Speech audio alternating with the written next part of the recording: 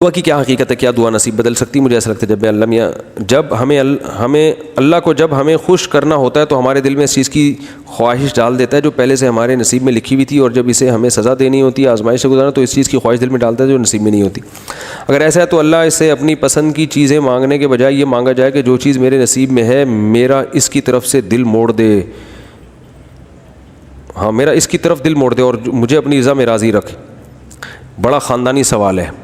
انہوں نے کہا کہ ہمیں کیا پتہ مقدر میں کیا چیز ہے کہ کیا نہیں ہے, تو ہم بعض دفعہ ایک چیز چاہتے ہیں مقدر میں نہیں ہوتی, خامخواہ کی ٹینشن ہوتی ہے, تو ہم یہ دعا مانگ لیں اللہ کہ جو چیز مقدر میں ہے اسی کی چاہت پیدا کر دے. کیا خیال ہے؟ تو یہ حدیث سے ثابت ہے یہ دعا. اس کے الفاظ کا مفہوم یہ ہے کہ اے اللہ جو چیز تجھے محبوب ہے نا تو میرے دل میں بھی اسی کی محبت ڈال دے, اور جو جن چیزوں کی محبت میرے دل میں ہے لیکن وہ مجھے ملنے والی نہیں ہے تو ان کے نام ملنے کو اپنی محبت کا ذریعہ بنا دے. کچھ اس طرح کے الفاظ ہیں, اس وقت پوری دعا ذہن میں نہیں آ رہی, پھر اگلے ہفتے بتاؤں گا انشاءاللہ. بہرحال آپ نارمل طریقے سے دعا مانگ لیں تو گورنمنٹ کی طرف سے کوئی پابندی نہیں. آپ کو جو چیز چاہیے اللہ سے مانگ لو, بھائی اللہ مجھے یہ دے دے, تو اللہ دے دے گا انشاءاللہ. ٹھیک ہے نا. تقدیر کا علم تو اللہ کے سوا کسی کے پاس نہیں ہے, ہمیں نہیں ہے.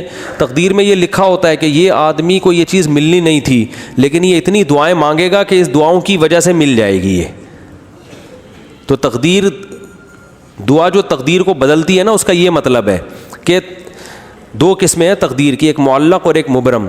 معلق تقدیر میں لکھا ہوتا ہے جس کو چھوٹی تقدیر کہہ سکتے ہیں, اس میں لکھا ہوتا ہے اس کو یہ چیز نہیں ملے گی, لیکن اللہ کے علم میں یہ بات ہوتی ہے کہ یہ اتنی دعائیں مانگے گا کہ اصل میں تو ملنی نہیں تھی لیکن میں اس کی دعاؤں کی وجہ سے دے دوں گا.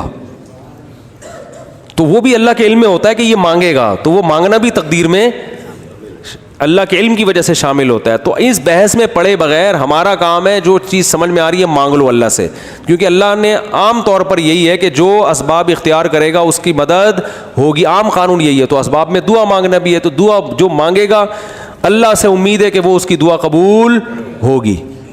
ہم نے اسی جذبے سے مانگنا ہے.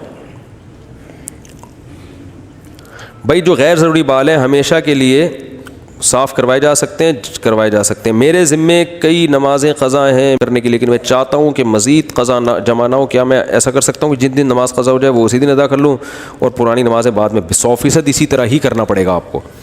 کیا کھانے کے درمیان میں برکت ہوتی ہے؟ اس لیے بعض اوقات بعض لوگ دیگ وغیرہ میں سے سائڈ سے نکالتے ہیں اور سب سے آخر میں درمیان کا نکالتے ہیں.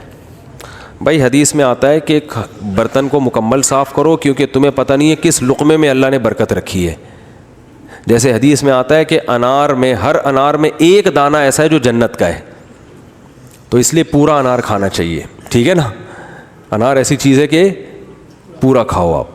تو اسی طرح حدیث میں آتا ہے کہ برتن میں کس لقمے میں اللہ نے برکت رکھی ہے وہ تمہیں معلوم نہیں ہے, تو اس لیے برتن کو اچھی طرح صاف کرنا چاہیے. اس میں ایک لقمہ ایسا ہوتا ہے جو آپ کے لیے برکت کا ذریعہ, بہت صحت کا ذریعہ, شفا ہوتی ہے اس میں, تو اس لیے برتن کو اچھی طرح صاف کرنا چاہیے.